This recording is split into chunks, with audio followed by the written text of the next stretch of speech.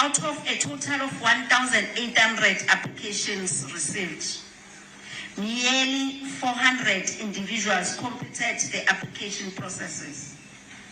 From this subset of 400 applicants, only one individual was identified as a South African. So that is a report coming through from Ekurhuleni talking about the number of people that have applied for new spaza licenses that have succeeded. Of over 1,000 applications, only one South African was successful. That is terrible. And many of you will be surprised to say, why am I saying it's terrible? Because you think I hate South Africans. I can't hate South Africans. All my children are South African. And they do not want to have a Zimbabwean passport or citizenship because they see Zimbabwe as a terrible place because the white media in South Africa has made them believe that. So I can't force them to be Zimbabwean. So whatever happens to black South Africans happens to my children. And that is why I make these videos complaining. But I'm also a victim because I own a marketing consultancy in South Africa.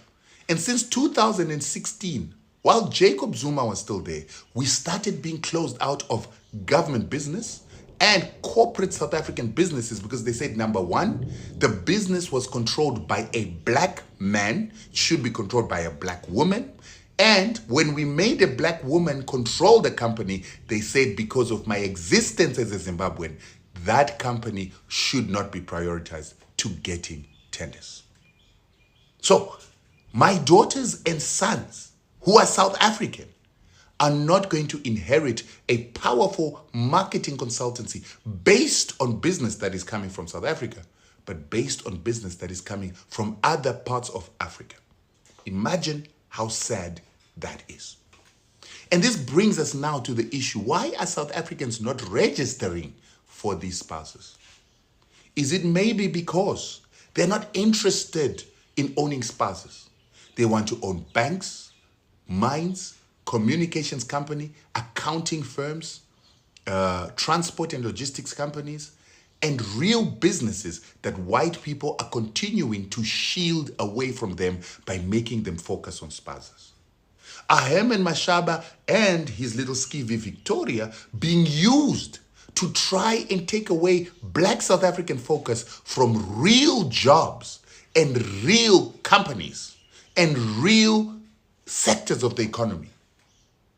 Or is it another issue of the systemic injustice of black banks in South Africa not lending black South Africans money and the legacy of apartheid not allowing black South Africans to have the savings or the property and collateral to be able to fund these spazas and qualify for the new strenuous requirements that now exist? So the issue is not about foreigners and African foreigners in South Africa. It remains a systemic problem. The fact that black South Africans want to ignore this, want to run away and scapegoat the foreigner, will not change that you've got a systemic problem that needs to be dealt with.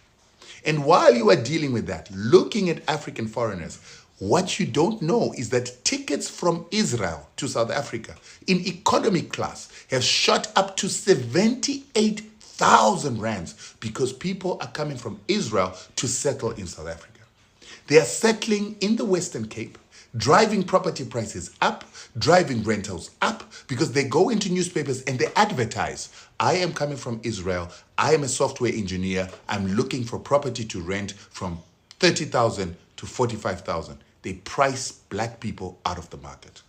Even black professionals and black executives cannot live in Cape Town because they've been squeezed out by Israelites who are coming to settle in the Cape. And guess what? When they settle, like they did in Palestine in 1945, they will squeeze you out, and sooner or later, when the Cape becomes an independent piece of land in South Africa, they will begin to get weapons to take your property. They will get nuclear weapons to take your land. You are sleeping while all this is happening with a hatred of Africans, failing to understand what is going on. The advice I'm giving you is advice I give my children. This is advice I say to my children to conscientize them on what is really going on. Let's deal with the systemic injustice in South Africa and not keep putting bandages and dividing ourselves. And while you divide yourselves, the Europeans from Spain, France, Germany, all across the world are united in taking your inheritance.